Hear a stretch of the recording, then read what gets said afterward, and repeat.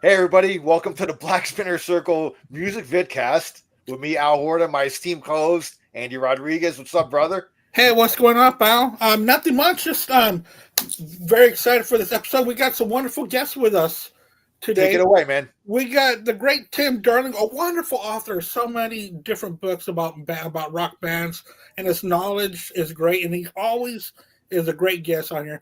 Well, welcome to our show, Tim. Oh, you're too kind. Thanks for having me back on, guys. This is great. And these are three, regardless of the country of origin, there's no bias here. They happen to be three of my favorite bands. Yep. So what we're doing today, before we introduce Tony Dio, we are having a Canadian vinyl throwdown with three different albums, and they're all from 1981. Is that correct, gentlemen? No, No. Harder, Faster, 79. Oh, okay.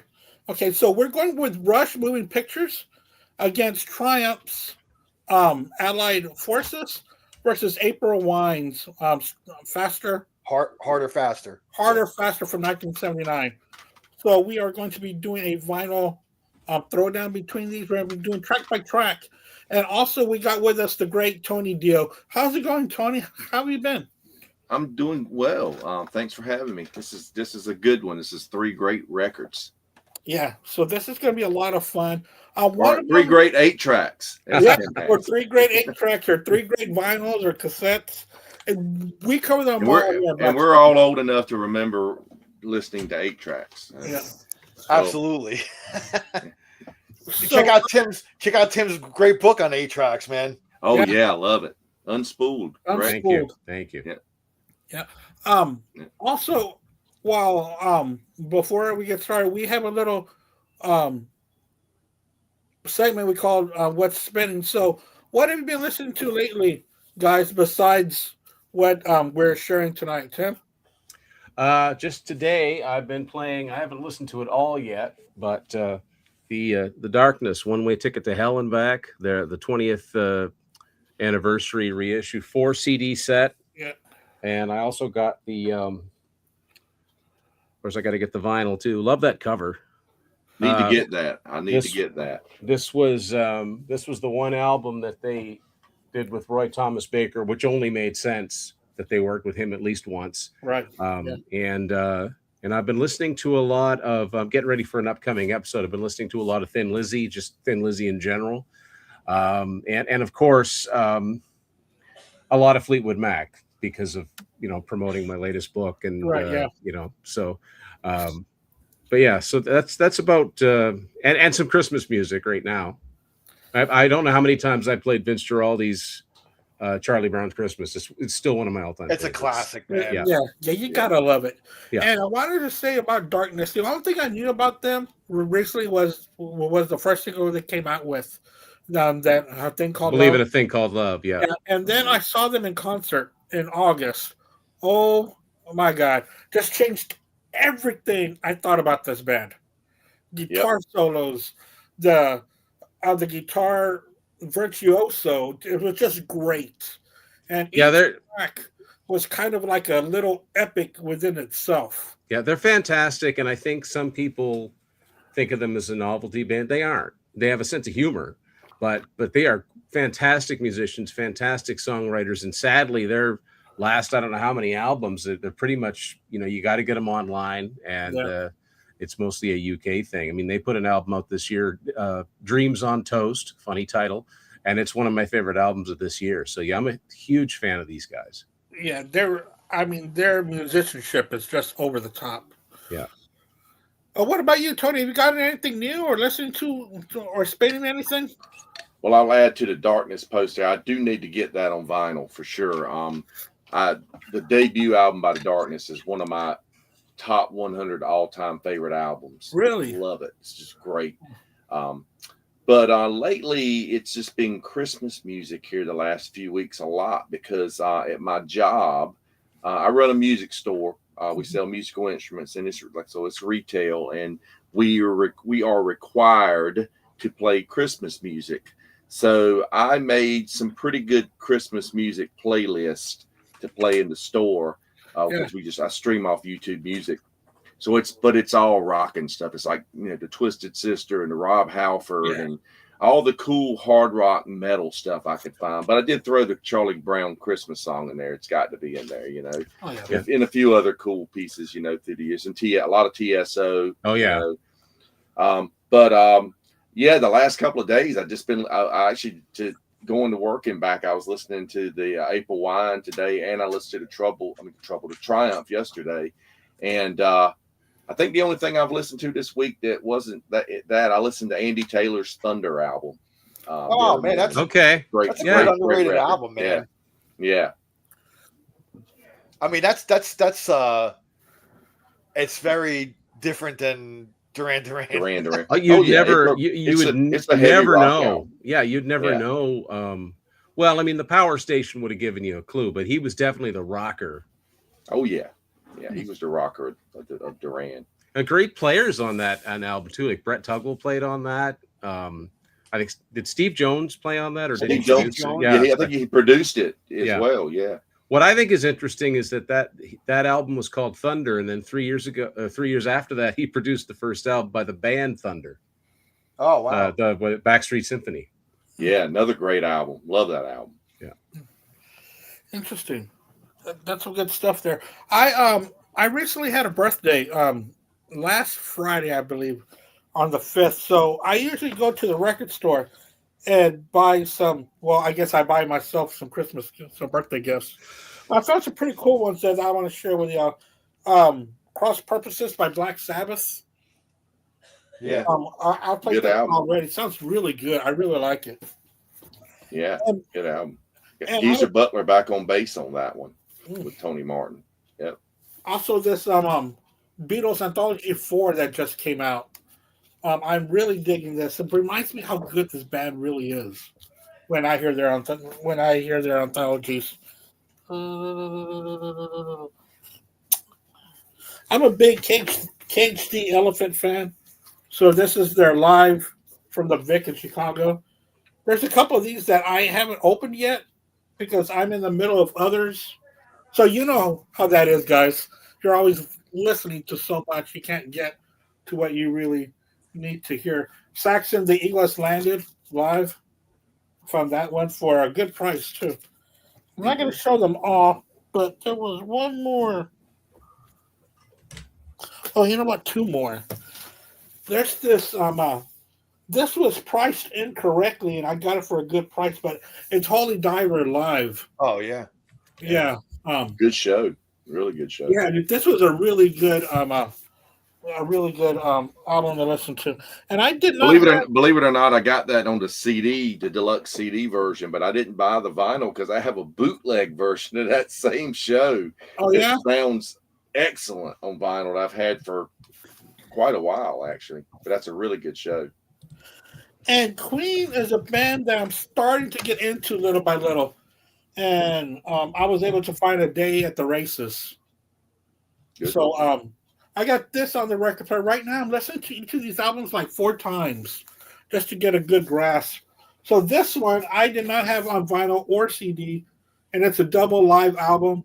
So I've been listening to this for a week, Priest live. Yeah. Dude, this is really, really excellent. I don't know why some critics bash it, but I think it's really good. They had a lot of turbo songs on it, and that was probably why. But I think the turbo songs come off better live. A whole lot better. I was telling Al earlier that Turbo Lover sure does sound a whole lot better on this live album than on there.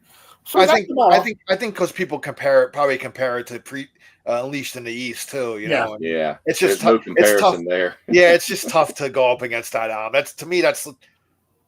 In my opinion, that's the greatest metal live album of all time for me. You know, I mean, it's great. So, but I'm really enjoying this one a lot as well.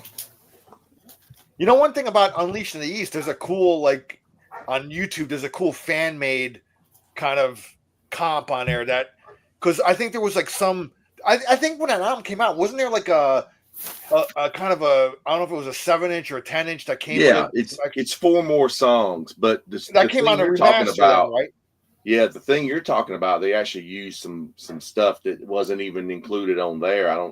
They got from Beyond the Realms of Death, which wasn't But this guy combined, he made a whole complete kind of as Mhm. much as he could find. And I love listening to that, man, because it shows a lot longer and, it's Mhm. great. And I think he even fills in some gaps that weren't even officially released with like, I think like audience sourced a bootleg.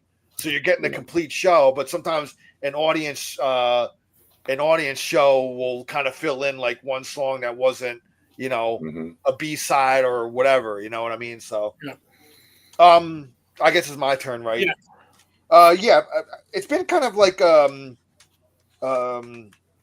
I never had a lot of Rory Gallagher, and I found this at a thrift shop. So it's Blueprint, which came out in '73. I never really got any Rory Gallagher. I was listening to this, man. He's a fucking great He's guitar great. player, man. A killer player. Yeah, he's a killer player, man. I found this one too, Beckola by Jeff Beck. This is a great album too. Yep. I had one of these albums on vinyl, but I found a CD that had two of his albums on there at a thrift shop. So Roy Buchanan, Gary Moore covered The Messiah Will Come Again from this album here, which I have this one on vinyl, just titled Roy Buchanan. But I saw it for $3. It has two albums on one CD. So Roy Buchanan is like one of those kind of highly regarded a guitarist, like guitar players love him, but he's not really well known with the masses anyway. So, Manny gave me this Who live album that came out recently. I haven't opened this yet, but I want to get this. It's live at the Oval, 1971. He got an extra copy, so he gifted it to me. So thank you, Manny. I appreciate it. And I had this for a long time ago since it came out, but I never really revisited it. But Ronnie Montrose, 10 by 10. Oh yeah, that's got some good stuff on it. Yeah. It's all but different, Eric Martin, Dave Manichetti, Sammy Hagar, Edgar Winter, Rick Derringer when he was alive, Tommy Shaw, a whole bunch of different kind of a guest star. I guess he laid down the basic tracks and never finished it. So I think it was Eric Singer, right? That Eric Singer and Ricky Phillips kind of put it together because I guess they were playing with Ronnie. Yeah. At that time, yeah. I mean, Glenn Hughes, Phil Collin, Brad Whitford, Greg Raleigh, great all-star lineup, man. Yeah. So of course, I mean, I had to get it because it had Manichetti on it, right? But I mean, it also had Sammy Hagar, Steve Lukather. I mean, it's just fantastic, and there's some good songs on there too. Yeah. So that's cool. That's the last thing that was ever released by him. So yeah. But yeah, that's kind of what I've been listening to. But I mean, I kind of delved into this whole Canadian and Throwdown too.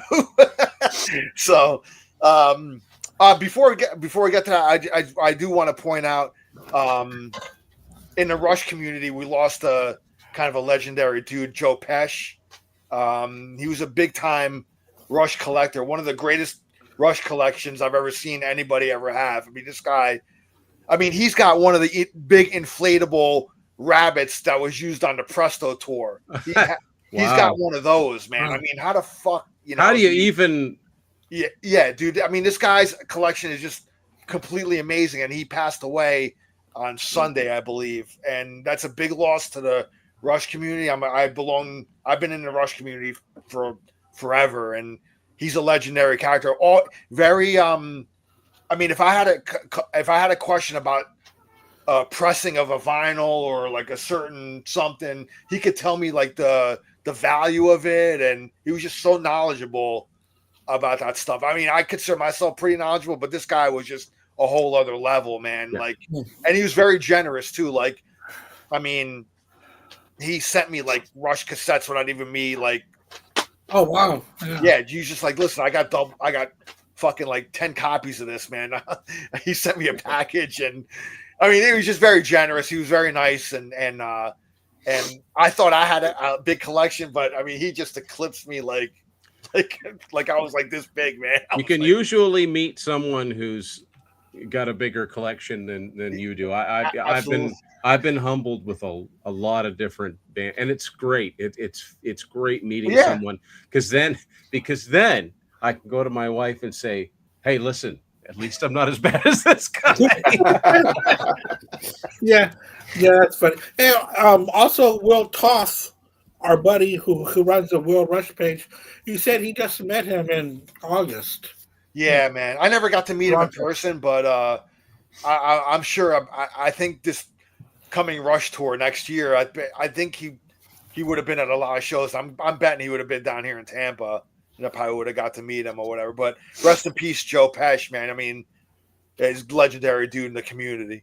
I also want to point out that yesterday was the 40th anniversary of my first concert ever. I posted it on my social media, but it was Kiss at Madison Square Garden, December 16th, 1985, on the Asylum tour. My very first concert ever. It was the 40th anniversary yesterday.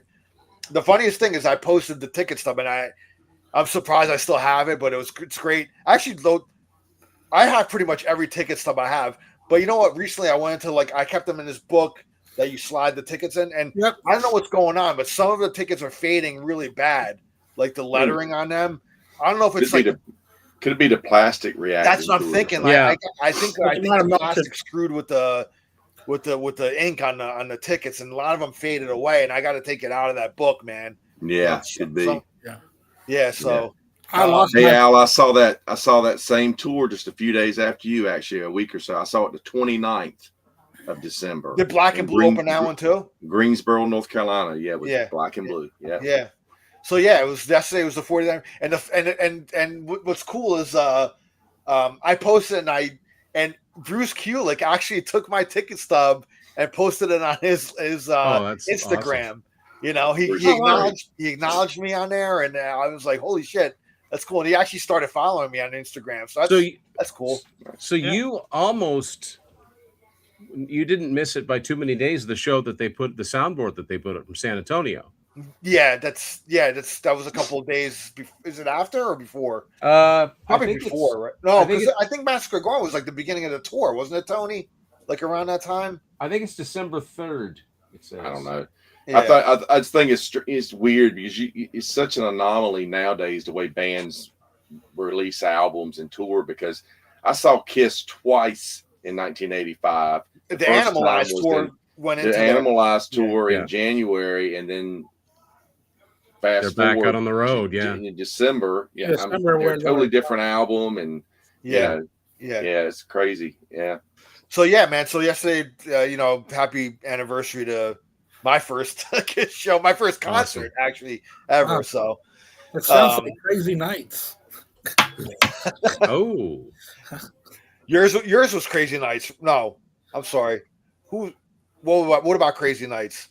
Oh, I'm just saying, going to go see them day after Crazy Nights. Oh, okay, all right. Never mind, it wasn't that good of a joke. It's all right. To me, Crazy Nights was such a letdown when that album came out. To me, they got a little too slick for me, man.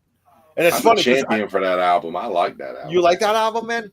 I mean, I like some of it, but it's a great AOR Kiss album. Yeah, they were going for that Bon Jovi vibe. Absolutely. Yeah. It's funny. I saw the Asylum tour twice though, because I saw it again at Madison Square Garden next year in April of '86 with Blue Oyster Cult opening. Wow. And then I wouldn't see Kiss until the Revenge tour. I missed I didn't go to Crazy Nights. I didn't go to. I regret missing Hot in the Shade actually, because that set list was killer. But I wouldn't see him again till Revenge. So, but anyway, So anyway, all right. Well, so let's talk about the 3 albums that we're going to do here. We got Rush Moving Pictures, recorded at Le Studio, Morin Heights, Quebec, produced by Terry Brown, 1981. Triumph Allied Forces, 1981, recorded at Metalworks Studios, which was their studio. Yeah. Gil Moore pretty much was the one that ran that. And it's produced themselves by Triumph. And then 1979's April Wine Harder Faster, also recorded at Le Studio in Morin Heights. That's produced by Miles and Nick Blagona. Blagona. Okay, there you go. I think I have a Le Studio patch. Oh, that's awesome. Cool. The cool thing, I want to get a t-shirt of it. Real quick, the real cool thing about the Rush and April Wine thing, if you go on YouTube, if you watch the videos for Tom Sawyer or Limelight, They're recorded in that big room in the I like studio. to rock too. Yeah, but it's winter on the Rush videos. Yeah. But if you watch I Like to Rock or Ladies Man or any of the April Wine ones, it's the summertime, but it's the same Yeah. room. I love that. That's Yeah. cool. Nice Yeah, contrast. because April wine guys go out canoeing and bike riding, and Yeah, there's and Yeah. the mix to I Like to Rock on that video actually comes to an end. That's never been released. yeah, Oh, okay. yeah. You know, I asked I'd actually messaged Miles about that once on Facebook, and he replied that version's never been released. Yeah. Yeah, that's right. Yeah. Because you corresponded with Miles on Facebook. That's cool, man. Yeah, we lost Yeah, Miles. I We lost remember Miles watching 2 the years video, ago. going, "This is different," you know. Yeah, it keeps And- going. Yeah. Yeah. Well, Tony, that means that you have corresponded with two people that were born in Woodstock, New Brunswick, Miles and me. Awesome. Wow, there you go. Hey, Now, Miles did not live there. He makes a point to say that, but that is where he was born. His parents were just passing through, but it's a pretty cool little tidbit. oh, that is cool. Yeah, it's a shame we lost Miles 2 years. It's been 2 years already. Man, Yeah. sucks. So, Yeah. but yeah, in honor of them, Rush has announced that they're touring next year. Triumph has announced that they're touring next year and taking April Wine out with them. I figured I'd do this triple album throwdown, track by track, and we're gonna see how this goes down, man. Admittedly, everybody knows I'm a huge Rush fan. I don't know. I'm trying not to let my bias get to me here. I really delved into the three albums and really listening. I trying to be as fair as possible, but we'll see how this plays out. Now, you guys might be different, or whatever, but we'll see how it is. So I don't want the Rush fans to think that I'm like being like some sort of traitor, because they'll be like, "What the hell, man? You're selling out, dude." We can get pretty vicious sometimes. Yeah, exactly. But admittedly, I've never seen Triumph or April Wine, so I'm really looking forward. And they're coming to Tampa.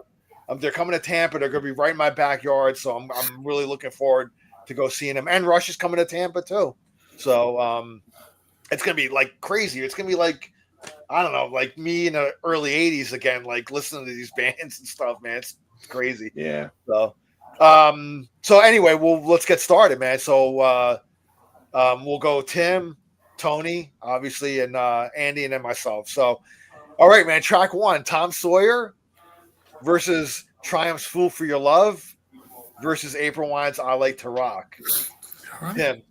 Well, And what we do is we're going to pick our winner, but then just for shits and giggles, tell us like who your second favorite is and third. So we're going to kind of rank, a little bit here, because Andy's going to keep a tally of maybe what album comes in second and then third. So I've got a little number system. So Yeah, that's cool. We can do that. I mean, it has to be Tom Sawyer. It has to be. It's one of the most played songs of theirs, but I'm incapable of getting tired of it. It's not possible. So that has to be number one by, a wide margin. I Like to Rock would be number 2. That's an anthem. I mean, I love the minor epic feel of it. It's like 4.5 minutes long, but it feels like it's longer.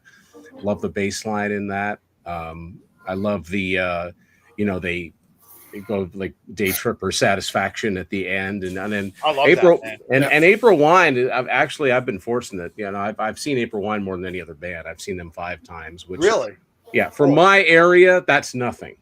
If people older than me, 5 times, I've seen them 5 times 1 week. You know what I mean? Like that. Yeah. They just crisscross Canada, but I've seen them do it where they'll do a little bit of Day Tripper and then a little bit of Satisfaction and then back and finish up I Like to Rock. And Fool for Your Love by Triumph is a great opening song. It's heavy. It's just a great hard rocker. I'm one of those guys Rick Emmett's great. I've always really liked Gilmore's voice too. Thought he had a great soulful kind of rock and roll voice. But it has to come in third. I mean, it's hardly even fair when an album starts off with Tom Sawyer. If I was going to say anything different, I would just be doing it for the sake of being different. So if I'm being honest, it's Tom Sawyer, I Like to Rock, and then Fool for Your Love. Yeah, well, I respect the honesty, man. You know, I'm trying to be as honest as I can too. I don't want to lie about things. So, Yeah. you know. Anyway, Tony, man. Okay, so I'm gonna go with "I Like to Rock" is my top one because I love that song and I like to rock. You know, so Hell yeah, dude. I mean, it's a great just rocking song. It's like Tim said, it's an anthem. Just it's just cool all the way around. It's great. Number 2, I'm gonna pick Tom Sawyer because it was a neck and neck. I mean, I love all 3 of these albums. They're great, all 3. You know, this has been really tough, but yeah, Tom Sawyer was trying to knock I Like to Rock out of the lane there for sure. But yeah, Tom Sawyer's just a brilliant song. I mean, you know, I do hear it a lot. I could say I could get a little tired of it, but you know, I still crank it when it comes on if I hear it on the radio or something. "Fool for Your Love" will be number 3 as well. Just a cool opening track, but something's got to go third, and that's going to be this one. Cool. All right, so both of y'all have different songs that were number 1. Well, I'll be the third. I'm going to go with "Fool for Your Love" as my number 1 for the first track. I've always just liked Tom Sawyer. Tom Sawyer is not my favorite song on the album. And I just think that "Fool for Your Love," it just comes out with such great energy. It's a really good opener. And it really defines everything that Triumph really is with just that opener. And then I'll go with "I Like to Rock." And I really hate to put "I Like to Rock" at the end, but it's got to go somewhere. So I'll go with "Fool for Your Love," Tom Sawyer, and "I Like to Rock." All right, man. I'm falling in Tim's camp here. I mean, Tom Sawyer is such an iconic song. I mean, if there's one song that even a casual person who doesn't even really know Rush is gonna know, and that's the song. And I'm not picking it because of that. It's a great song, dude. I mean, it's got hooks, it's got progressive like time changes. It's like everything like that Rush is kind of all about, man. I mean, just that opening alone, just that growling synth with the drums, man. That opening, just if that doesn't get your head fucking moving, it's, you know, there's something wrong with you, dude. You know what I mean? So, yeah. And then second, I got to go with I like to Rock, man. That song just rules, man. It's one of my favorite April Wine songs, actually. And I love the mashup at the end. The way, like, if you're listening to headphones, you know, you hear the Day Tripper on one side, Satisfaction on the other, and the I Like to Rock riff, and it just seems to like just fit together like a puzzle, like perfectly. You know, it's in the same tempo, key, and everything. It's just it's so cool that it could possibly be the first mashup in music history. I mean, who knows, man? Right. Before mashups were a thing, you know what I mean? So, yeah. As the kids like to call it. But anyway, yeah. So Tom Sawyer, I Like to Rock, and then "Fool for Your Love." I love that song too. Again, I'm with Tony, man, and all you guys. Like, I love all these 3 albums, man, like a lot. You know what I mean? And "Moving Pictures" actually isn't my favorite Rush album. And I don't know if Allied Force is my. I mean, it might go between that one and Thunder 7 as like my favorite. I go between those 2 albums, you know, because they were like the first 2. I'm sorry. Rock and Roll Machine was actually the first one that I ever got. So I do love that one too. So probably between those 3, you know, I tend to lean towards Rock and Roll Machine because that was the first album I ever got. So, and then Harder, Faster might be my favorite April Wine album. So, this is tough for you. What's that? It was tough. So this is tough. Tough one. I don't know. You're gonna see. I'm not gonna give anything away. So anyway, so we're gonna go track 2. Rush's Red Barchetta, Triumph's Magic Power, April Wine's Say Hello. Tim, go ahead. This is hard too. These are very hard. All great songs. Yeah. I'm gonna go with Magic Power, number 1. One of the things I love about Triumph is the positivity in their music. Yeah. You know, they rock hard, but you know, the song's anthemic. It's motivational. I can't believe this song wasn't a bigger hit in the States. Peaked at 51. I mean, wow. Maybe if they hadn't been on RCA, what a terrible label for a hard rock band to be on.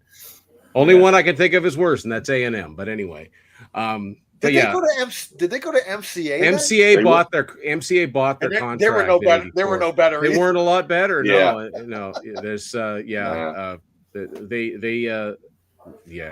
Anyway, but yeah, Magic Power is a fantastic song. Rick's vocals fantastic. I love the where it kind of lets loose in the middle of it, where it's like dun, dun, Yeah, dun. They call that their Who moment, and I used to not understand that, but now I get it. Now I get what it just the wide open chords like that. And second, boy, you know what? I'm gonna go Say Hello.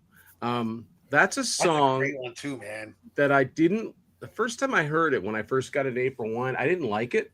What is this? It's kind of weird, but it's hypnotic. It got to me after a while, and it's just 3 chords, but it sounds like there's so much more going on. And I guess it was really complicated the way the song was recorded. It was like each individual string was recorded. That's why it's got that bubbling effect.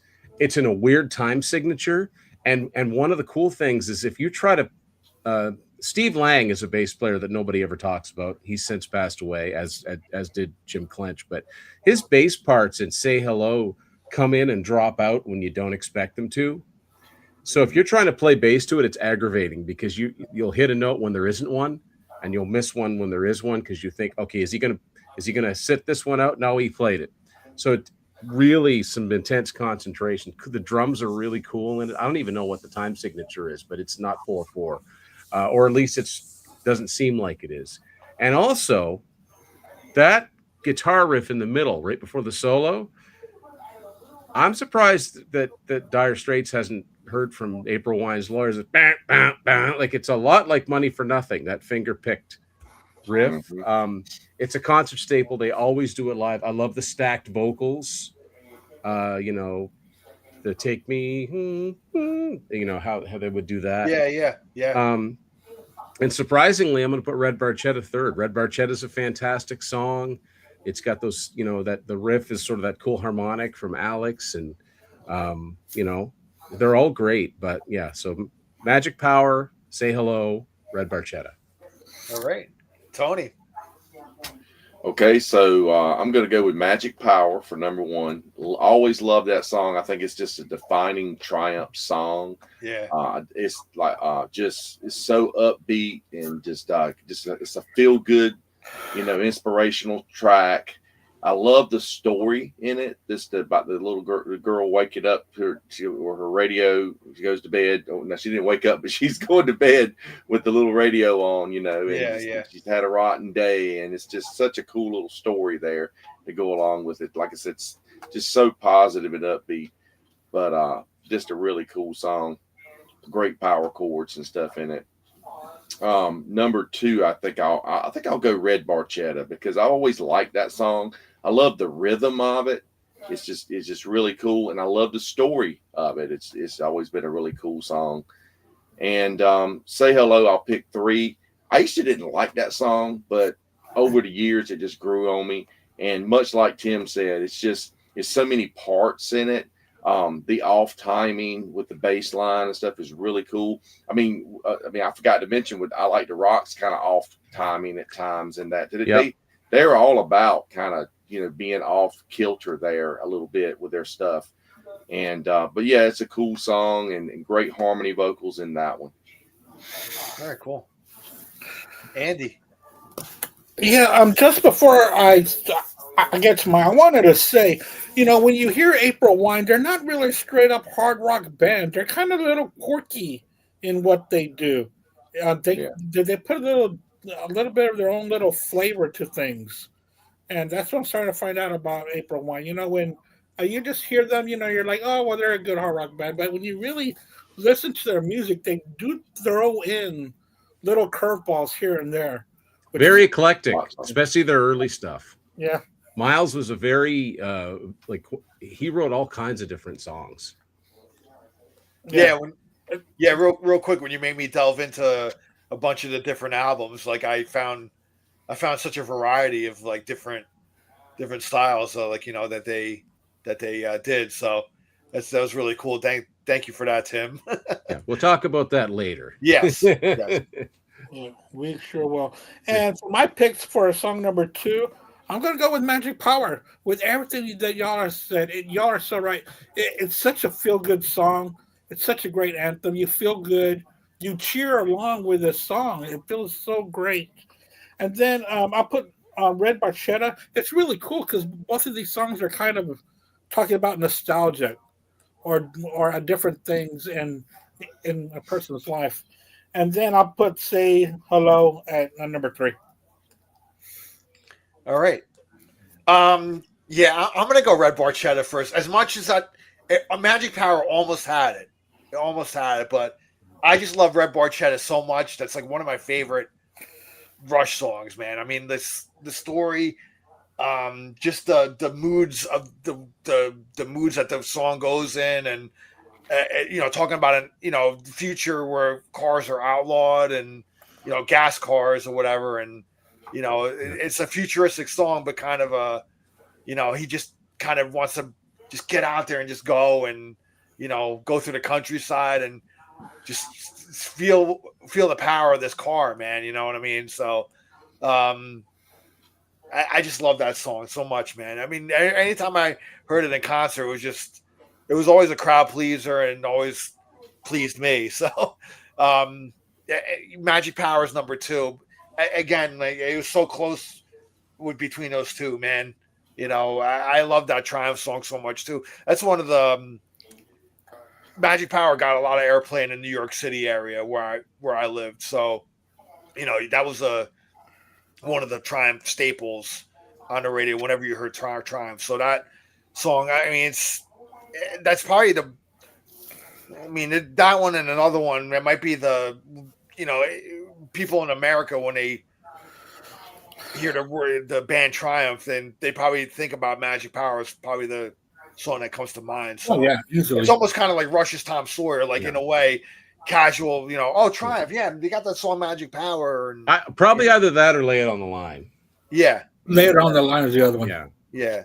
So and then number 3, I'm gonna say hello. I like that song a lot, man. I right out of the gate, like when I first heard that song, I was like, yeah, Tim said it's got that hypnotic quality, and I dug it, So, but it's kind of coming third for me. So yeah, across the board, it's Red Barchetta, Magic Power, Say Hello. All right, man, we're gonna go to the third track, YYZ. Triumphs. I'm combining the little. I don't know if I explained it live, but I'm combining the little interludes with the next song just to make it 7 tracks. So Air Raid into Allied Forces, and then April Wines Tonight. So go ahead, Tim. Real quick, has everybody read the actual short story that inspired Red Barchetta? It's called a Nice Morning Drive. I think Richard Foster was. It was in the magazine Road and Track, right? Yeah, it's a really cool story, and it is cool. So I've read it. Neil did a great job of summing it up, like he did. Yeah. It's got that epic feel, like in the 70s. That song could have probably been whole album side. You know what I mean? In a way, it could have been like an album side, like 2112 or Hemispheres. But by this time, they really condensed their songwriting into more concise.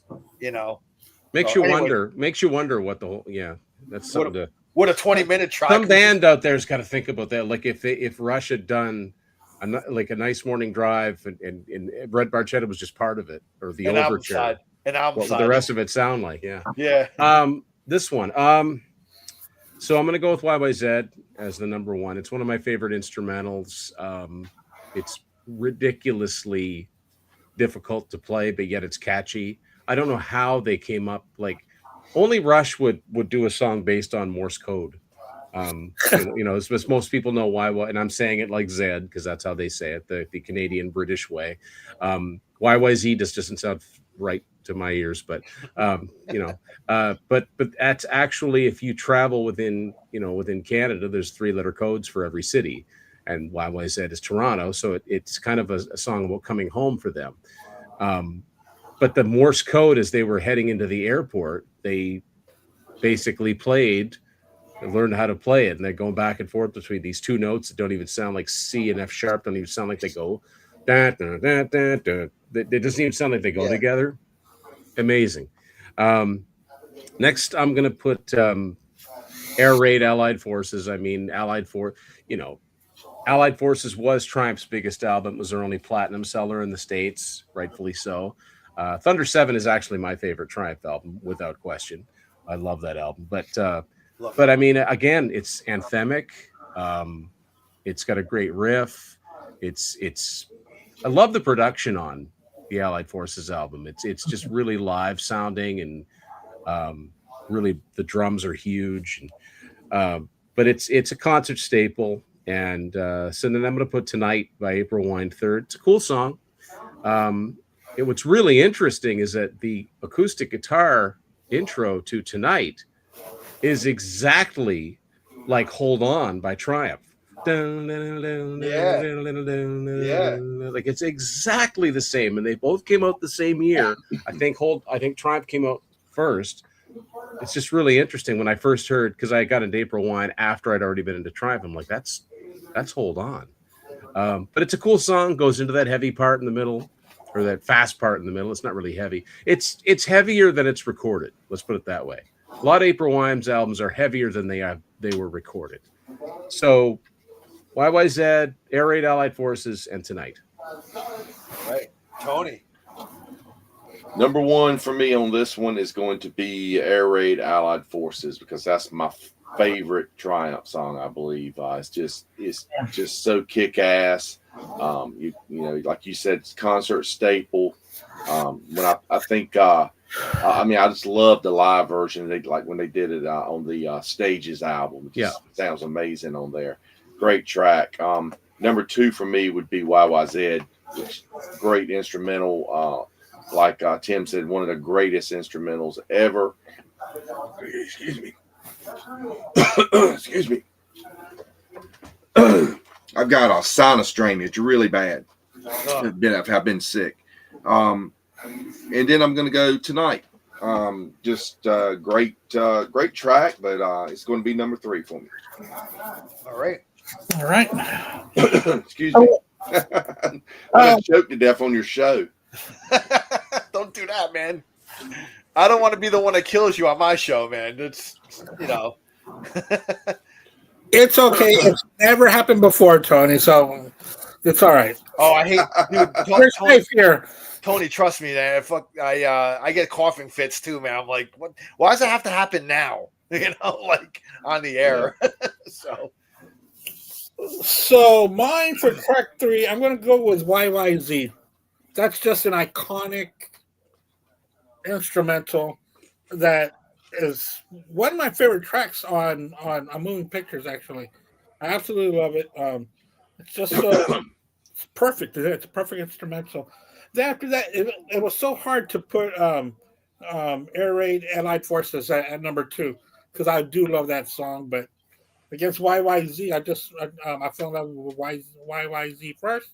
And every time that song comes on the radio or if I'm playing the record, it's a great tune, and I always enjoy it. And then the air drums come out. You just have to, you know? Absolutely. And then Tonight, my number 3. All right, man. Why is that number 1 for me? It's just like an amazing instrumental. I mean, on rock radio in New York, that song actually got airplay as well. You know, that was, I heard that on the radio, man. One of the few instrumentals that would get played on the radio, but that was one of them, man. You know, what's an interesting fact about that song is there's kind of a sound effect in there. Oh, I know what you mean. The sort of.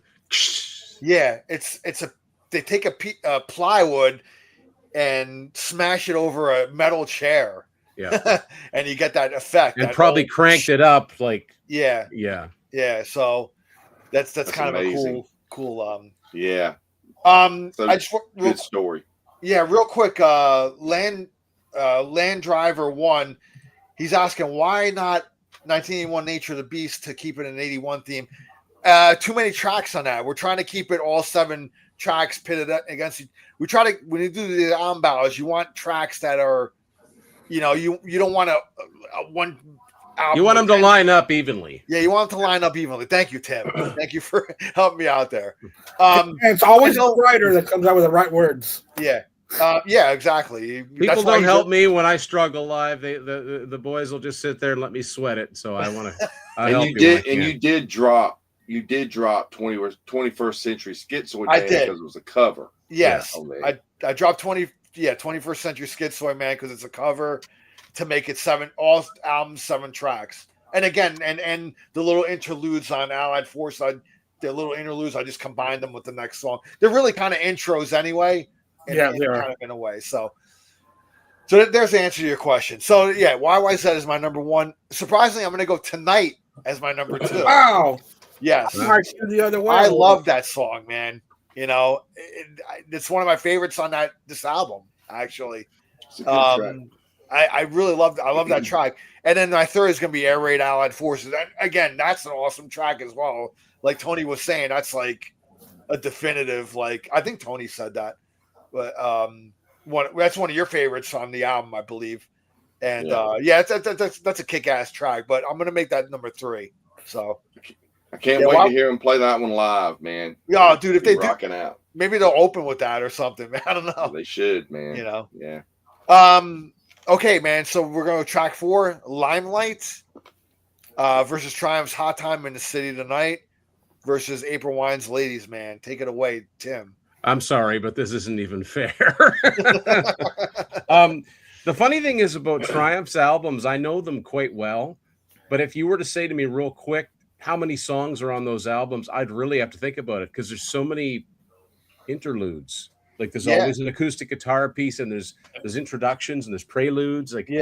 Like Never Surrender, that album. Not to get too far off track, it's like there aren't really many songs on there.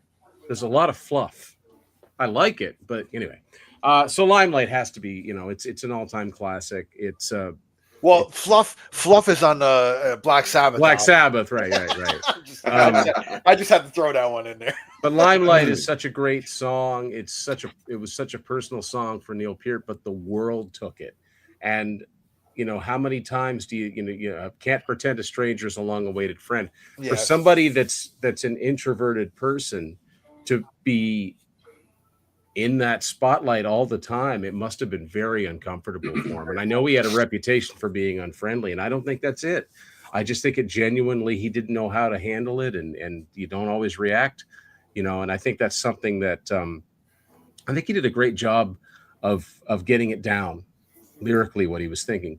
But it wouldn't have made a difference if it wasn't married to an incredible piece of music. Again, here's a song that got a lot of airplay, but it's got a really complicated time signature, and one of Alex Lifeson's best solos. Those long extended notes. The extra is fantastic. One of my favorite sort of a visual thing to go along with that is the original Exit Stage Left home video that they filmed in Montreal. You can see Alex. He does that big long high note at the end of the solo, and he's like, wait, and he hits a pedal and it sustains that. Then he starts playing the arpeggiated part again. But right before the last "Those Who Wish to Be," he stomps on the pedal and it's just da na na na na. I love that part. I love that the genius of how they would do these songs. I guess I got to go Ladies Man next. I mean, really, Ladies Man, Hot Time in the City Tonight, they're just kind of like good time rock and roll songs, and there's nothing wrong with that.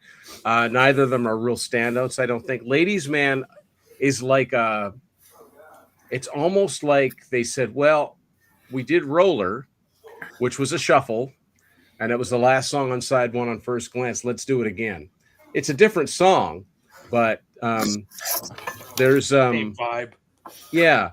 And I'd mentioned earlier I was listening to a lot of Thin Lizzy, and I can't remember what song it is. I think it's on the Fighting album.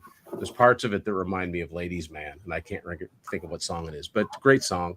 And then Hot Time in the City Tonight. The funny thing is the first time I heard that song was I saw a live video of it because I think when Much Music, which is Canada's like MTV, was playing the Fight the Good Fight live video, they've made a mistake and kept going, and the next song they kept going with the next song, and it told me exactly where they were recording, because Rick Emmett said it's a hot time in Baltimore tonight. So Yeah. that's obviously where they were. So when I got the album, I was like, oh, it's not Baltimore. They must have just changed it to whatever city they were in. You know, the Magic Man, Ladies Man, and Hot Time in the City Night, both good songs, but neither of them stand up to Limelight, my opinion. All right, Tony.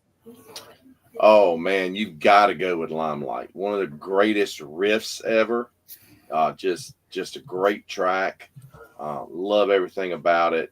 I'm going to go with Ladies Man for number 2. I do like that song quite a bit. I think it's just a kick-ass song.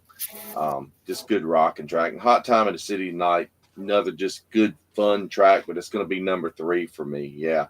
That Baltimore show, Tim, that was it was shown on MTV back in the early days of MTV. They always had a Saturday night concert. They used to show. And I remember watching the Triumph concert on there. And I actually have a bootleg of it on DVD now. I have the same. Good show. One. Yeah. Out from the Allied Forces tour. They would show that. They show Speak of the Devil. They show, like, you know. The Journey Houston. They showed Houston show. And they would show AC/DC, because I remember seeing Angus Young being carried from the back. The Journey show for Houston that's been released.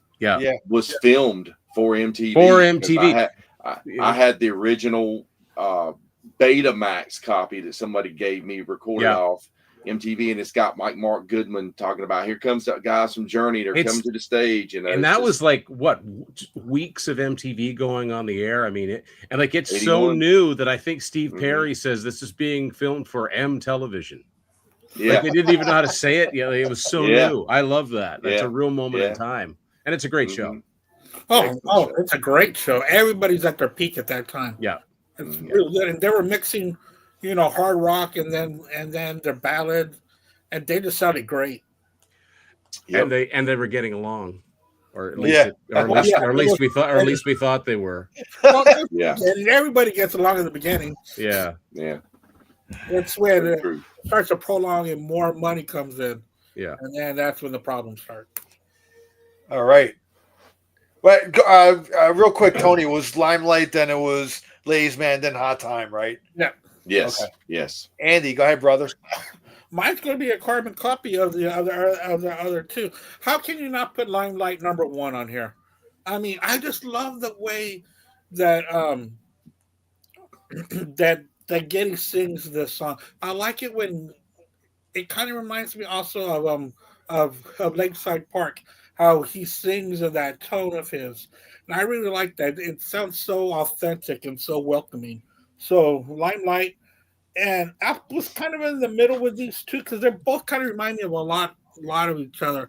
But I went ahead with Ladies Man because I've been putting everything else last for April Wine, so I thought I'd put them second. And then Hot Time in the City. Well, yeah, it's going to be Limelight for me as well. I just wanted to kind of show this. So I put it with the album, but like here's a cool picture of Terry and Alex in the studio. Okay. And Terry Brown signed it. I met him at the RushCon 2001. The very first RushCon ever. I was at that in Toronto. Me and my wife wasn't even married to me yet. We were only dating 6 months. And I'm like, do you want to go to Toronto with me? She's like, yeah, sure. Well, what's there? She's like, there's a RushCon there. And she stayed with me, so I knew she was the one. So real quick, RushCon 4 in 2004, I was at that because I saw the show at the Molson Amphitheater and got on part of the tour, and I made this little CD cover up. That's me. Oh no! It's not a good picture, but that's me standing in front of the legislature building, and there's me with a group of us. So I mean, that's for Rush fans. That's Abbey Road, right? You got to do it. Right? You got to do it. Yeah, you can't not do it. So yeah, amazing. I didn't know that was a real place. Oh yeah. Oh wow, that's the Parliament. It's the Parliament building, right? Legislature. I don't think it's. A government Yeah, building. it's a government. Government Yeah, building. the, That's in Toronto? downtown Toronto, there's so many landmark. Like you could see, there's an intersection, Danforth and Pape, which I've is been part of there, La Villa yeah. Strangiato. I mean, there's just so many. You know, Massey Hall. Went by Massey Hall, where all the World's a Stage was recorded. Incidentally, this is my old Mercury US CD. If you want to find a really old copy of this, it doesn't look like this. It has it looks like that, but the color, it's got what they call the green arrow design. Really early Mercury CDs. That is worth a lot of money, man. That is, and what's Signals. worth more is Signals. Those are the two, I think, rarest Rush CDs. Just wanted to put that out as a those are very, very early first pressings, man. They came out in 1983. Like those are I think all mine are the remasters. Yeah. So, I'm sure, and I'm sure rest in peace, Joe Pesci. I'm sure he had copies of Yeah. You know? And also the deluxe edition that came out a few years ago with the that live concert is worth the admission of buying. I mean, that's like Exit Stage Left on steroids. That is so it sounds sonically, it sounds way better than Exit Stage Left. Yeah. Exit Stage Left will always have it will always have a soft place in my heart because that was the first Rush album I ever bought. So that's got a special. I mean, I'll always love that album, even though nowadays I don't really. That's my Signals. Yeah, mine looks like that too. That's the atomic design. But yeah, want if you find one, and the thing is, even if you see one that looks like this or this, look inside of it because it might have green arrow. It might have that green arrow CD. Yeah, and if you find it at a thrift store and it's only $3, please, you've struck gold. Let's just see you hit the lottery. You know what I mean? Because those things must go for like $500 or something. Yeah, wow. You know, I'll tell you the Rush thing I'm looking for that has never been reissued is well, that I kind of gave up on that, but I would love to find Chronicles on vinyl, which only came out in like the UK and South America and only came out in 1990. It's never been reissued, and it goes for ridiculous prices because all that was made is all there will ever be. Yeah. Amazing. Yeah.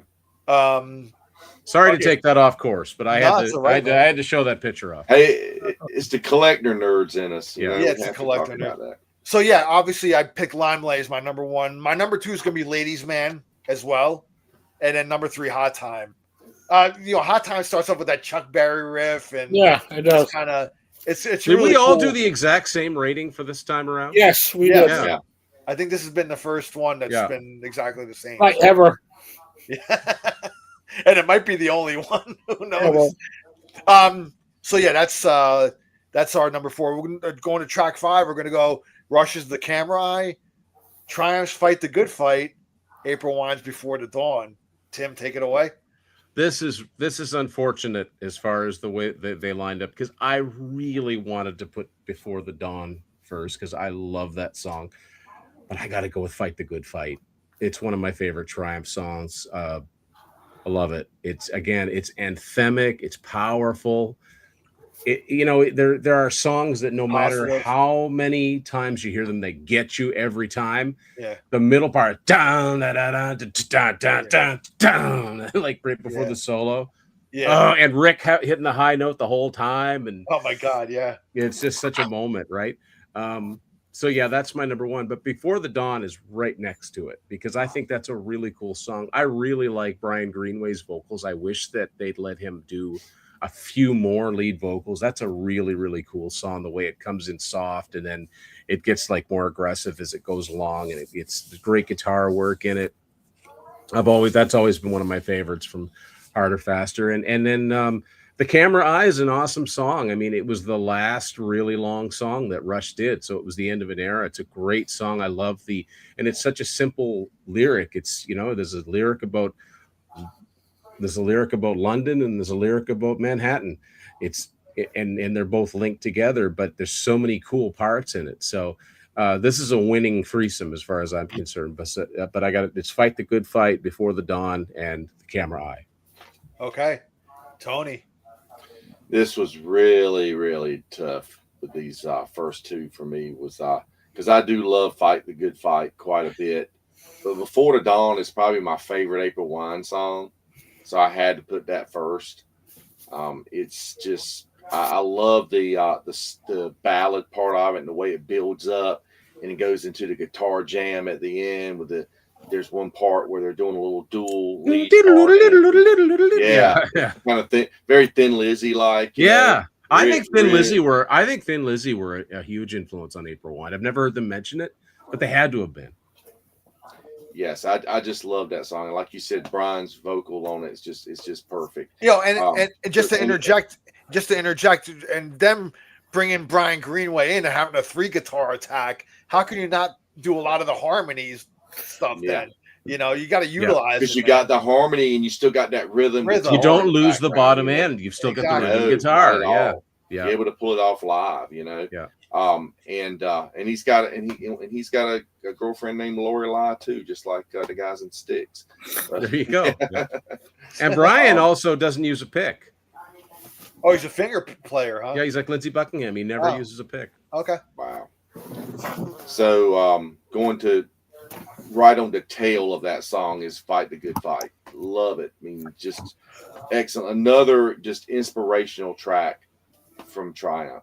I had a friend back in high school that had went religious, and he got rid of a lot of his heavy metal albums, but he kept his Triumph. He always said Triumph just had such positive lyrics that he decided to keep the Triumph records, And the Camera Eye, like you said, it's a great track, but I had to put that one at number 3 because something had to go at number 3. All right, Andy. I am going to go number 1, Camera Eye. Absolutely love that song. I think Camera Eye could have fit on any other mid-70s albums and fit perfectly in there. I also picked Camera Eye because it's completely different from anything on side 1 on Moving Pictures. And that's why it irked me. That's why it pained me to put Fight the Good Fight at number 2. Because Fight the Good Fight is such a great song. But Camera Eye was so different on Moving Pictures. That's why I put that number 1. And Before the Dawn will be my 3rd track. I had to but it's really neat about April Wine. You think that when you're hearing the songs, you're going to think, oh, well, that's a good song. But then they throw in their odd timing guitar solos in there. And it levitates it a whole different level from just a good song to being, an April Wine song. But I had to put them 3rd on that one. All right, man. Well, if you've been following my picks along so far, all my first number 1s have been Rush so far. From Tom Sawyer, Red Bar, Cheddar, Wild West, said Limelight. Well, I'm going to shock my Rush friends now because the Camera Eye is not my number 1 on this one. And I love that song, but I'm going to Fight the Good Fight as my number 1. My first number 1 for Triumph on this Throwdown. I've always loved that song, man. That's like another one. You could call that one a signature Triumph song as well. That's to me the trifecta is probably Magic Power, this one, and the one that you mentioned before, Tim. Late on the Line. Laying on the Line. I got your back. Dude, I'm getting old, man. I'm like forgetting shit, man. But anyway, I think those 3 are like the trifecta kind of Triumph songs that people that don't necessarily are hardcore Triumph fans kind of know those songs because they got a lot of airplay. Those songs. So, Fight the Good Fight. That's my number 1. I had to go with that one. It's just, it's just a killer. And so positive, and I just love it, man. I love Rick's vocals on that. Everything, man. I love this version on Stages too. Stages is a great live album. I always love that live album. So, my number 2, I'm actually gonna go Before the Dawn. April Wine, man. I love that track too. It's such a killer track, and one of the best on the album for me as well. And then number 3, I am going to go with Camera Eye. I mean, I love Camera Eye. It's the last epic, like Tim said. Being that somebody I didn't live in Manhattan, but I was there a lot, kind of related to that song a lot. It was kind of cool that Geddy was talking about like these 2 kind of major cities like across the pond from each other, but in a way they're kind of similar. It's just kind of like city life in those 2 cities, or it's just you know, in a different country, but you're basically living kind of the fast paced, you know, city life. So anyway, Camera Eye is my number 3. So now we're gonna go to the track 6, Rush's Witch Hunt, Triumph's Ordinary Man, April Wine's Babes in Arms. Go ahead, Tim. Well, this is an odd one because like none of these are songs that first come to mind by any of these bands. Right. Mhm. But they're all really cool in their own way. I think I am going to go with, you know what? I'm going to go with Babes in Arms because that is such a chunky, heavy riff. I love like that's one of their heaviest riffs. The song's kind of lyrically, it's kind of silly.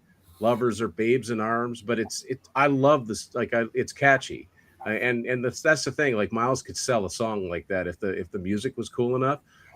Yeah, I'm gonna go with that as my favorite. Then I'm gonna go with Witch Hunt, which part 3 of Fear, the Fear trilogy. Yeah. Man, sadly, lyrically, that song could have been written today. Yeah. But musically, it's really cool how menacing it sounds. Like it's one of Rush's most sort of. It's not their heaviest, but it's got a menacing feel to it. The riff and Geddy's vocal, it's almost like he's into a character. Yeah. But then it's got that lush keyboard line. Yeah, it's a cool song. It's a really cool song. It's definitely not one that would have gotten airplay, but. And An Ordinary Man is a great song. It's another one of those philosophical lyrics. I like the a cappella intro. Yeah, Rick was such a great vocalist too. I mean, I don't think he gets. I think a lot of times guys that sing and play guitar, they don't get the notoriety because Dave Manichetti comes from. Yeah, it's like people have this thing. Well, they can't possibly be good at both. They can't because you're going to split yourself in half. But sometimes you can be good at both. So yeah, Babes in Arms, Witch Hunt, and Ordinary Man. All right, Tony. So I'm going to go with Babes in Arms for my number 1 pick as well. I love that riff. I love the lyrics in it. It's just the coolest rock and roll song from the band. Next up, I'm going to pick Witch Hunt because I think that's one of the darkest, heaviest Rush songs. It's just very. I mean, couldn't you hear like some like super aggressive metal band covering that somehow or another? It's just, I'm surprised. I believe Machine Head covered that song. Oh, really? Yes. That makes sense. Mm-hmm. Yeah. Yep. Yeah, that's cool. And yeah, it's just so heavy. And I'll pick Ordinary Man for number 3. Love the song, but it's going to come in third in this lineup here for sure. Yeah, I thought I'm not a huge Machine Head fan, but I thought they did a really good cover. To check that out. Yeah. Yeah, love their first album. Yeah, when they went on new metal, I lost interest in them. Yeah. But they did. I do enjoy their cover of Witch Hunt. They did a good job on that one, man. Check that out. Yeah. Andy, go ahead, brother. Yeah, I'm gonna go with Witch Hunt here. Y'all are so right that those lyrics can still resonate today, and I think that's why it resonated with me more now because it sounds fresh, and it kind of sounds kind of doomy, which is totally different for Rush.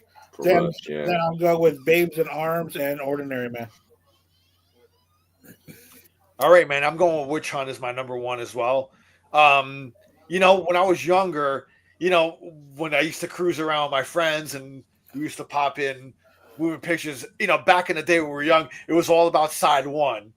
Side 1 was like, and then we never flipped it over that much for some reason, you know. But now that I'm older, I tend to listen to side 2 way more because those songs aren't really burnt out, you know, in a way. And Witch Hunt has become like one of my favorite Rush songs ever. You know, I love it. If Rush were, it's kind of the closest that Rush ever kind of got to being like kind of a gothic band. Like it's kind of got a gothic. If let's say Rush was going to cover like a Typo Negative song, it kind of would sound like Witch Hunt in a way. I don't know. I thought that would have been a cool song for Typo Negative to cover if they were going to do a Rush cover, you know. Yeah, good choice. But you know, and again, lyrically, it's so relevant to like what's going on now, and it's just that classic. You know, the more things change, the more they stay the same. You know, throughout all time, political shit is just crazy, man. It's whatever, man. Anyway, so that's my number one. My number two, I'm going to go with Ordinary Man. Actually, I love that song, and my number three, I'm going to go with Babes in Arms. I like Ordinary Man a bit more than Babes in Arms, but again, all across the board, three really good songs, man. You know, so that's my pick. So now we're down to the last track, number 7. Hold on, that was the first time that there was a split in number one songs. Okay. So 2 and 2. Okay. Okay. All right. You good, Andy? Oh yeah. You're my scorekeeper there, brother. I got shit all over the place. Yeah. It's going great though. Dude, you gotta get an app for this shit. There's an app for everything, you know, so you can probably load this stuff into an app. Nothing's better than pen and paper. Analog all the way. A lot quicker to write something down than to Sure. like I find anyway. Yeah. And I was like, well, on my channel, Be Cool to Be Podcast, I always say that my budget is less than 0. You know, I don't have a budget on that channel.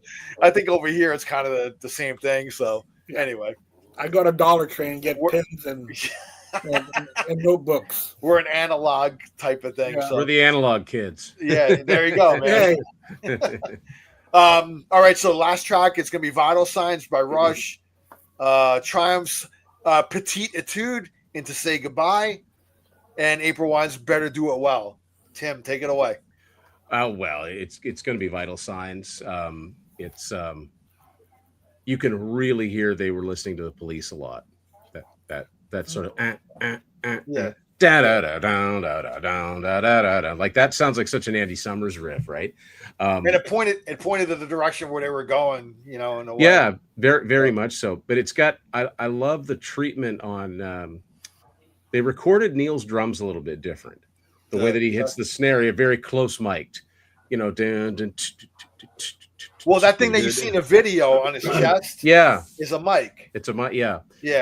That's a kind of a cool video because it's in the studio, but it's all dark, and they've got like they put a few effects on it, so it just didn't look exactly like Limelight and Tom Sawyer. Yeah. But it's a cool song. They closed the windows.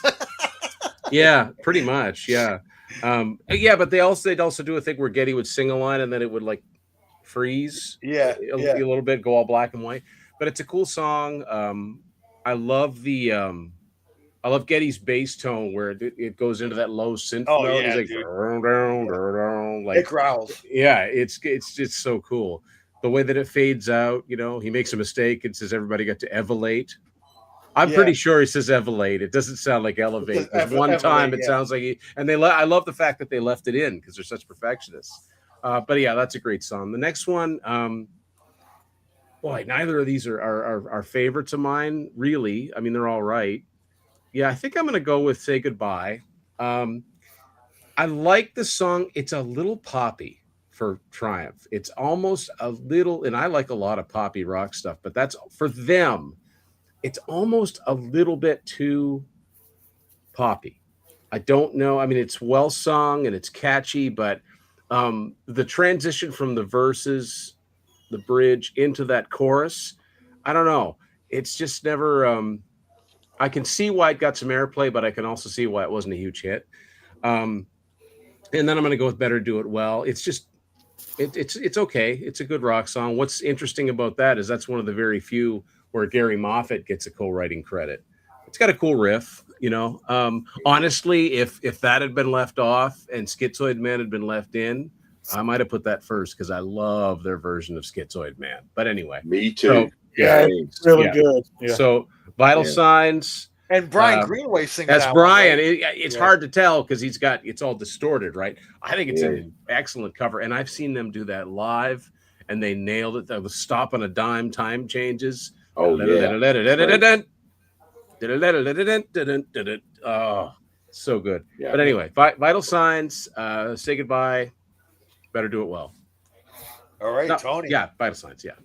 Yep. Oh yeah, I'm gonna go with Vital Signs for number one as well. That's just a great song. When I remember around that time they were playing that one on the radio a lot, and I was into new wave stuff at the time. Had got into Devo, and I liked the Police and stuff like that. And I just kind of just went for that song. I really liked it. I thought it was cool. Years before I ever really got into Rush and started buying any Rush records, but I always thought that was a really cool song. I've always liked it. And so number two, I guess I would probably go with Better Do It Well. Just a good rocking track. I love the whole line about tramp of the neighborhood. Not good looking, feels so good. Just cool lyrics. Talking about That's ladies like of the night. fun. That's like a Kiss lyric. Total Ladies in the Night Kiss lyrics. Yeah. Yeah. And number three would be Say Goodbye. Got to remember that just over that. It had such a great budget to make for that music video. Oh, that huge flying V with the flying V guitar, and it's just playing on it, flying through space. The green screen or whatever they used. Got it. Yeah, the old Magic Power video with the fans going, their hair. Yes, they didn't put any of those on the, and I wish they had. Like on the DVD. Like, come on, guys, you didn't put. Yeah, I hate that. It's like, here's all our videos. No, it's not, and you didn't put Mind Games on there either. Yeah. But I digress. But yeah, I love those early videos for their cheesiness. I think they did all their videos on that soundstage and they just changed them up a little bit. But yeah, huge flying. Luckily, VH1 Classic here in the States, when that was a thing, they used to show videos, and they would always show those cheesy Triumph videos for some reason. The ones they were trying to bury here in the late 90s and early 2000s, they started like appearing on, you TV guys remember again, when the year 2000 rolled around, where MTV played every single video that they had in their library alphabetically? Oh no. Yeah, that's right. VH, I remember that. VH1 Classic did that here. And a friend of mine. Well, maybe that's what I was thinking. They might have that. Maybe it was VH1, but I thought they. I have somewhere around here. I have a spool of DVDs of everything because this guy knew recorded all. I mean, it's something like 50 some DVDs, and it's just all these videos. And I kept saying, one day I'm going to go back through, and I'm just going to go back and record all the videos I want to keep. Yeah. I don't have time to do all that. Yeah. Oh, it would be hundreds upon hundreds of videos. I should have done it during COVID. That would have been when I should have done it. That would have been a COVID project. Yeah. Yeah. Anyway, it just made me think of that. That's funny, man. All right, Andy. Yeah. Still, if y'all get MTV, I think it's MTV Classic, where they just play nothing but videos. It's on Direct TV. I know that. Like channel 335, that's all they show is music videos. Wow, what a concept, eh? Yeah, no real world. On Thursdays night. Oh my God, yeah. On a Thursday nights, it's 90s Nation, where they just play like grunge or like rock of the 90s. Mm-hmm. On Friday and Saturday nights, they still do Headbangers Ball. I think it's called Metal Mania.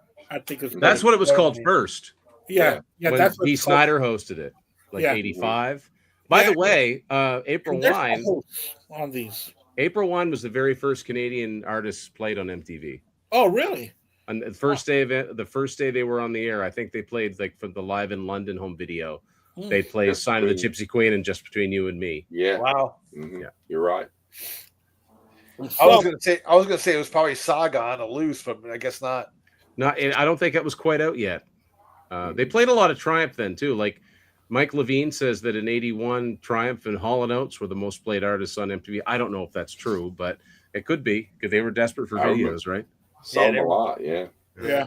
I mean, they were trying to put as much as they can out there, and then like 82, 83 is when they started to push popular. Well, more artists started making videos, right? Yeah, especially. And then one of the dumb things is that Polygram Records said, no, you pay us to give us the videos. And they're like, no, you give us the videos, we'll play them. People will buy your albums. That's why you never saw Rush or Kiss or Mellencamp or any of that stuff on the first year of MTV. Really backwards way of thinking. Coney Hatch. Yeah, exactly. Now, Coney Hatch did get some play once they came around. I know Devil's Deck and First Time for Everything got played. Mm-hmm. That's a band I gotta delve into. Love Coney Hatch. Oh, yeah, man. It's a small catalog, but there's no bad You album. only have what, 4 albums? Maybe? 4 albums, 3 in the '80s, and then one they did about 13 years ago now. Great band. Okay. Yeah, that last one they did was really good. Good comeback album. Yeah. Who is it from Coney Hatch that's in the band with Alex now? Andy Curran. Andy Curran. Yeah. And he was in the Rush camp for a long time too. Oh yeah. Doing like stuff for them. So yeah. All right, Andy, go ahead, brother. Is Coney Hatch also Canadian or? Oh yeah. They're from Toronto. Yeah. Yeah. For my last tracks, I'm gonna go with Vital Signs. People, you Backspinner viewers, y'all know I love the last track on an album. The last track, the closer, and they really went a little over beyond what they were doing on that album alone. Like I said, it's like a continuation of what's going to happen on Signals. Yeah, and if you think of a lot of their albums that I really like in the 70s and 80s, was the ones that it sounds like there's a continuation at the end. Yeah. And then they pick it right up on the next album. I wonder if they knew at that time what the next album was going to be called, and that's why they have the line "Signals Get Crossed." Yeah, that's like I always thought about. Or that. Is it just a coincidence? Yeah, it had to be. I don't think coincidence. I'm pretty sure that they had things planned. You think so? I don't know. Because I think it's the only time they did it. But yeah. And then I went with Better Do It Well, and then I finished with Say Goodbye. All right, man. Vital Signs for me. I love that song, man. It's like Tim was saying, it's like kind of has that Police feel to it. And at that time, man, Police was one of my favorite bands still. I love the Police. So yeah, well, Alex is really had that going for that reggae kind of Andy Summers kind of feel to that song. You listen to the riff to Vital Signs, say like down, and then listen to Message in a Bottle. Yeah, they're not that different. Nah. Yeah, totally.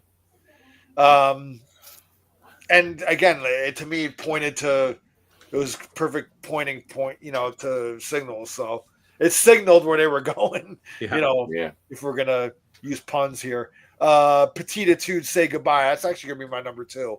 I love the harmony. I love the ending track. It's their harmonies on there. I think Rick and Gil sing great together too when they harmonize with each other. I love that, when they do that together. So, and I love Petititude. I love that classical, interlude.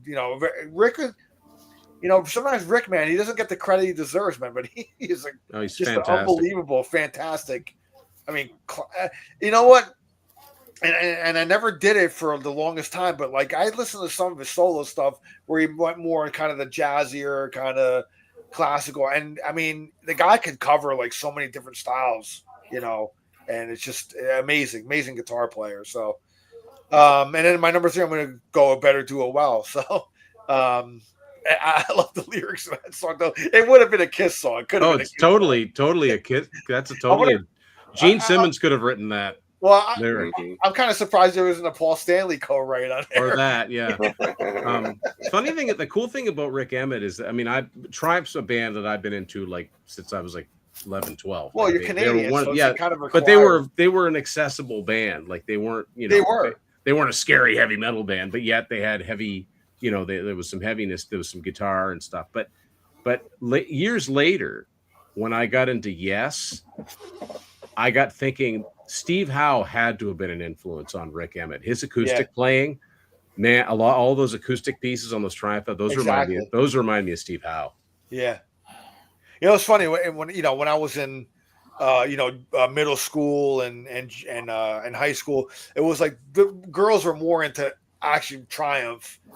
Rush, they were like, Rush, they're ugly and I don't like their music. And although I did know, a couple of girls in high school that really liked Rush a lot, which was like surprising to me. But it seemed like the girls were more into Triumph if it was going to be between the two A Canadian little more bands. accessible. They were like more a little more accessible. commercial. You know, and Rick Emmett's voice was a little more more accessible than Geddy. Geddy's was more Acquired taste. Yeah, it was. Yeah.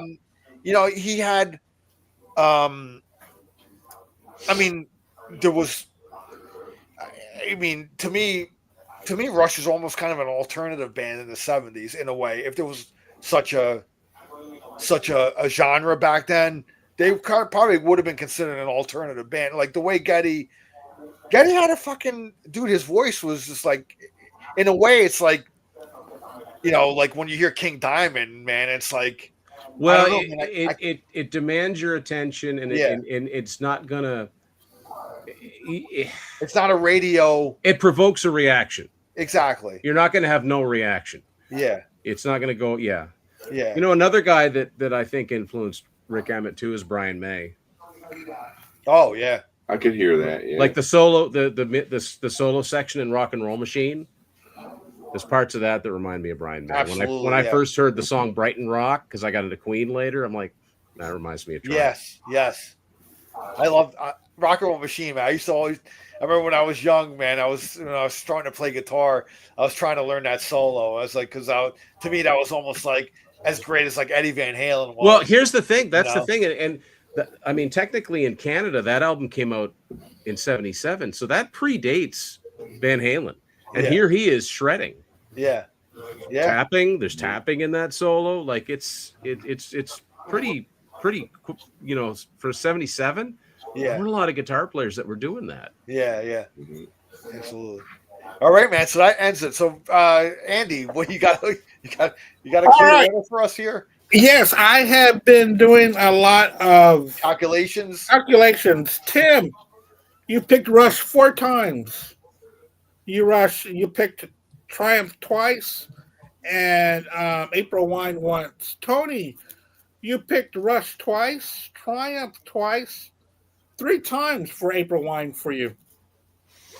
The shirt says it all. Yeah. Yeah.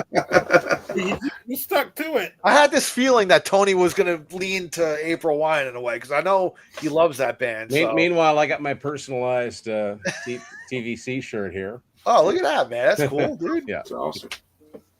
And for me, I went 5 times Rush, 2 times Triumph, and 0 for April Wine. For Al, I was in the middle of doing these. So, Al. I know it's 6 times Rush. It's 6 times Rush. The Good Fight was the only time that you didn't. Yeah, Camera Eye was the only one I didn't. Yeah, and then Fight the Good Fight, 1. And then, As much as I love the April Wine album, none of them were number 1 for me. You know, so that's how it played out. But I also was counting the Rush one with 23 points because if you were picked first, you got 3 points. You got 2 points for second place. You got 1 point for third place. So Rush finished with 23. Triumph had 14, and April Wine had 13. April Wine and Triumph, man, very close there. They held their own. Very close, yeah. Yeah. But it's no fair going up against. Come on. All things considered, they did pretty good. Yeah. I was telling my coworker at work, I was like, you know what? I can't believe that moving pictures won so big, but I feel bad for April Wine.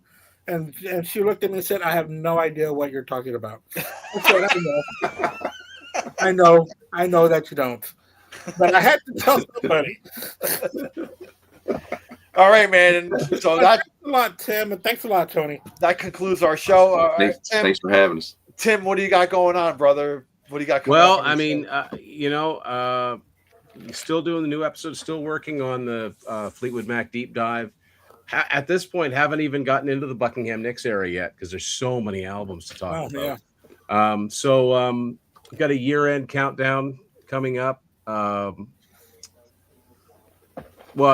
albums of the year, and then it's a few other rewind videos and a couple interviews, and of course I'm promoting my books. They're all on Amazon, and you guys know that I'm working on at least a couple others, and right now I'm just getting as many trying to promote the Fleetwood Mac book as much as possible because that one's probably got the chance of reaching the widest audience. Yeah, with the band. Yeah. Yeah.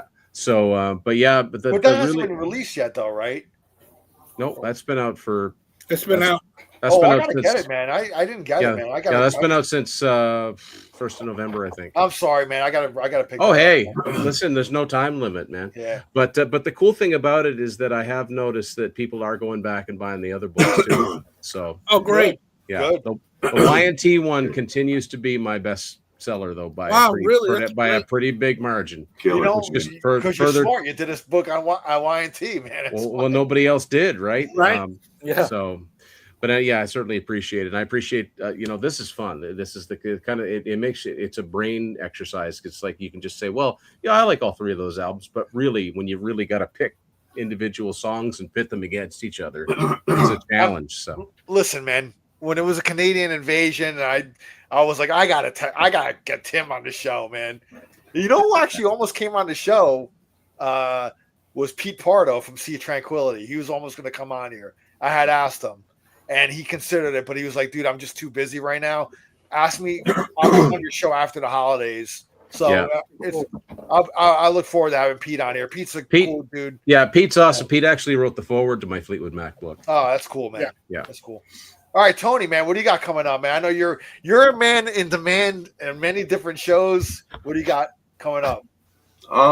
Well, I just put a new video on Tony Dio's Metal Emporium. Yes, check that channel out. That channel is awesome. I just put just showing some stuff that I picked up over the last part of this year. Great collection. Stuff for my collection. Yeah. For tomorrow on Almost Human, tomorrow night at 8, or 9 o'clock on Almost Human. I forgot we've moved it to 9 o'clock now. We're talking Manowar tomorrow night. And tomorrow, supposedly, I think around 1 o'clock, I don't know if it's going to be live or taped. We're supposed to interview Ross the Boss. Yeah, actually. I remember you telling me that. And he's supposed to, I don't know if I'm going to be able to join that or not. It depends on when I take lunch at work. It's just kind of up in the air right now. But Ross has got a new Death Dealer record out, his band Death Dealer. And so he's going to be talking about that. But yeah, it's cool that we're doing it the same day that we're doing Manowar later in the evening. He was in the Dictators too, wasn't he? Or am I getting him mixed up? Yes, he was. Yeah, he still is. Actually, they're back. They're actually playing again. I was on Almost Human with Tony last week with Ralph Vieira, and we were talking about when I saw Blue Oyster Cult and Dictators opened up, and I'm standing back by the soundboard, and who comes and stands next to me is Ross the Boss. He starts talking to me, man. I'm like, holy shit! I'm actually talking to Ross the Boss, and I'm like trying not to I'm composing myself. Right. This dude's a legend in the metal world, man. Oh, yeah, man. For sure. For sure. And kind of in the punk world in a way, the Dictators in the 70s, they're legends as well. So I'm sitting here talking. He was in a weird punk band called Shakin' Street. If you remember them, female fronted punk band. I have that album. I've heard of them. I found that album. Yeah, they opened for Black Sabbath on I think it was on the Heaven and Hell tour, and that's where he met Joey DeMeo, because Joey was a roadie for Sabbath, and that's how they met and did form Manowar. Huh. I showed that album off on a episode of Black Spinner here. I found that in a thrift store, and I'm Shakin' Street. I'm looking at the album cover. I'm like, this looks kind of interesting. I'll turn it over. Never heard of them. And I see Ross the Boss on the back, and I'm like, dude, for $2, I got to get this, man. I got to figure out what the hell this sounds like.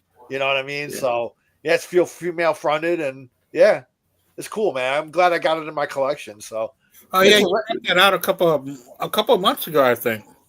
Yeah. Rock Candy did a good version, a good remake, repress. It's an obscure record, but it's cool. Rock Candy Records is great, dude. They resurrect, so many albums that deserve it. They did such a great job on the first two Y&T albums. I don't even know if you can still get those now, but they did a good job. When they were called Yesterday and Today, right? Yeah. They finally got, those needed to have been reissued for years. So, and I already had them, but I had to get the Rock Candy version. Yeah. I don't know what version I got of those two. I know you got them too on vinyl, right, Andy? You found them? No, on CD. Oh, okay. Well, in the early 90s, the old versions that came out. In the early '90s, a company called Mondo Records issued them. That's it. Yeah, That's and I right. think that they went quickly out of business. So I got those as soon as they came out. That's the first Then there time was I a heard either of them. 2-on-1. Yeah, the band put that out. It was called 1-2. Because they're short albums, they fit on one CD. One. Yeah, but real quick, I want to give a shout out to my buddy Brian Foster. If you're a Y&T fan, he's got a great channel on YouTube called Y&T Vinyl and Friends. All things Y&T, not all strictly Y&T, but mostly. And yeah, I've been on there a number of times, and it's just great because, we were talking about collections that put yours to shame. I thought I had an impressive Y&T collection. Brian's is better. Wow. Yeah, me too. Yeah. Andy, what do we got coming up next week? You got an idea? Yeah.